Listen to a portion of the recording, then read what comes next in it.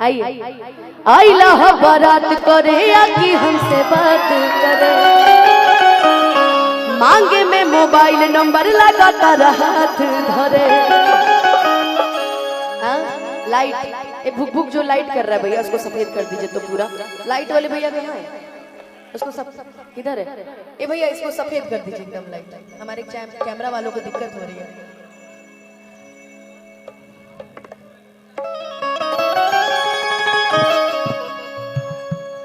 अरे कौन एगो गाना इस टाइम आया है, सुमन भैया पे एकदम सूट करता है कि सीला बट पचुड़िया होरे लुगे जा, सीला बट पचुड़िया होरे लुगे जा, कि अपना राजा के हई दिलवा तोड़े लुगे जा।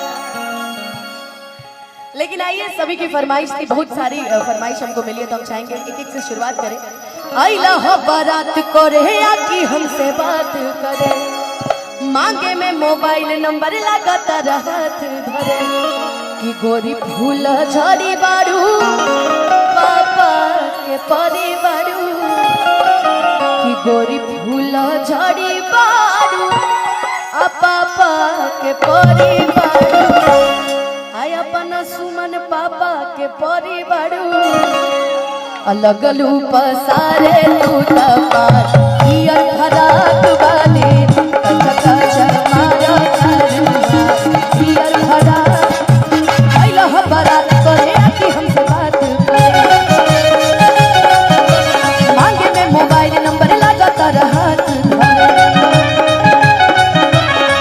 गोरी भूला झड़ी बारू पापा के परी बारू, गोरी भूला झड़ी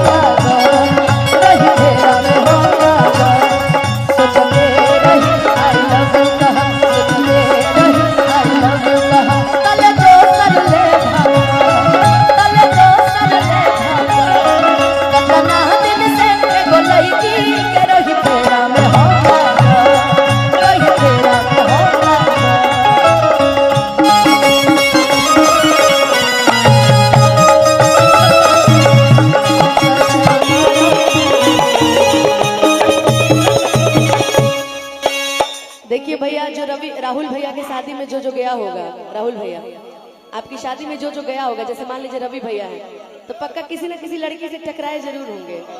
आज भले ब्याह बाद ये शरीफ हो गए हैं, लेकिन वो कहते हैं ना कि हम शरीफ क्या हुए पूरी दुनिया ही है, सही है ना, पूरी दुनिया ही बदमाश हो गई, वही चीज है। रवि भैया हेलो गाइस, रवि भैया हम शरीफ क्या हुए पूरी दुनिया ही बदमाश हो गई। अरे आप शरीफ हो गए, आप ही को कह रही हूँ मैं कि गलती से ये जान टकरा गई,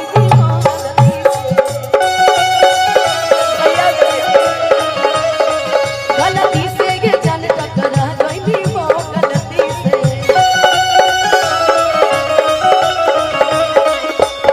लड़की के देखी पगल आई बड़का लागे की भान खके आई बड़ा ए भी तोरो माई कोई के कहरत सारा बारू बुझ न बारा बारू, कहरत सारा बारू बुझ न बारा बारू, घर के नो भइलो हमारा ये खराब वाली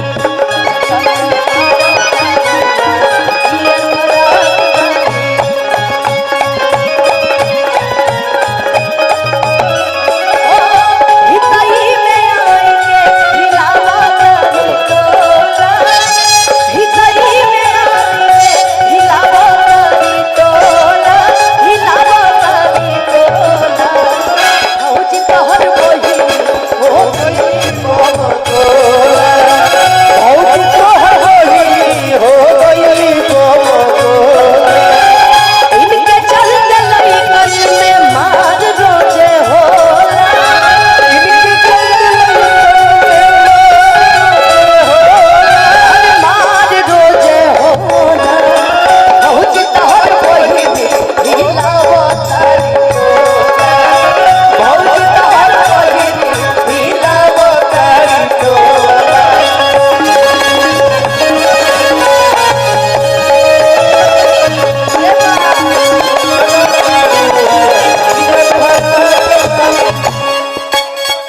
लगने में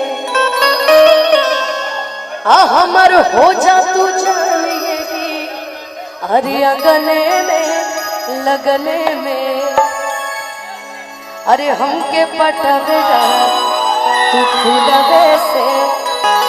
हमें राहुल भैया की तरफ से बहुत सारा आशीर्वाद।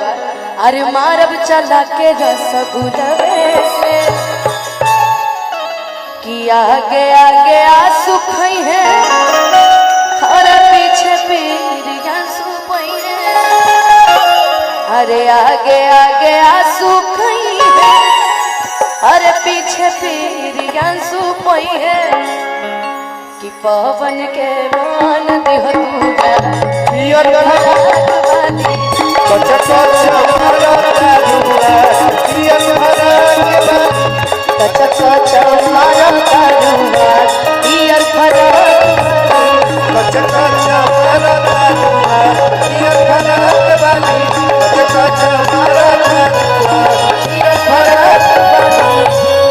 कच कच मारा तरुआ पियर फरा